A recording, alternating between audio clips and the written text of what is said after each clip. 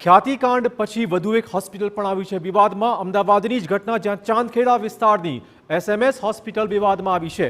વડનગરના વૃદ્ધનું ખોટું ઓપરેશન કર્યાનો પરિવારના લોકોનો આક્ષેપ સામે આવ્યો। પગની આંગળી કાળી પડતા બાયપાસ કર્યાનો આરોપ છે।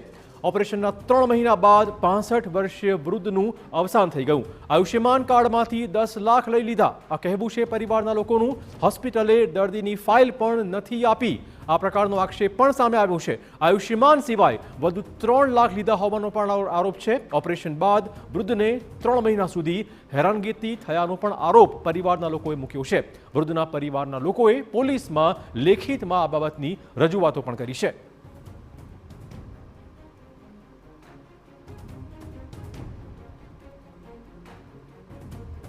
એમને આ કાર્ડ માં કાર્ડમાં જ આ ઓપરેશન કર્યું છે।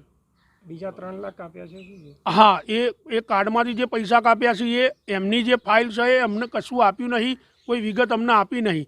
અને પ્રભાકર સાહેબને હું મારા પપ્પાને 4 વખત ઓપરેશન કર્યા પછી લઈ ગયો હું બતાવવા માટે। પ્રભાકર સાહેબે મેં એમની કેબિનમાં જઈને સ્પેશિયલી મળ્યો છું। પ્રભાકર સાહેબે મને એમ કીધું કે તમારાથી થાય કરી લો, તમે કેસ પણ કરી શકો છો। તો અમદાવાદે ડૉક્ટરે કંઈ અમારી વાત ના સાંભળી અને આગો જાય પાછો જાય। ડૉક્ટર પેલાના ઉપર ઠેલા ને પેલાના ઉપર ઠેલા। હું મારા પતિ ફાયર હતી તો કોઈ ડૉક્ટર મારા પતિ ફાયર જોવાય નથી આવ્યા અને કહી દીધું કે હમણાં સાહેબ આવું એટલે આવો, સાહેબ આવું એટલે આવો। તો સાહેબ એટલામાં જતા ને સાહેબ કોઈ આવ્યા નહીં। તો જાસકા ગામનો આ બનાવ છે। અમદાવાદની ચાંદખેડા વિસ્તારમાં આવેલી હોસ્પિટલમાં ઓપરેશન કરાયું। જોકે વૃદ્ધનું ખોટું ઓપરેશન કરી નાખ્યું હોવાનો પરિવારના લોકોનો આરોપ છે। 3 મહિના વૃદ્ધને ખાસું હેરાન થવું પડ્યું।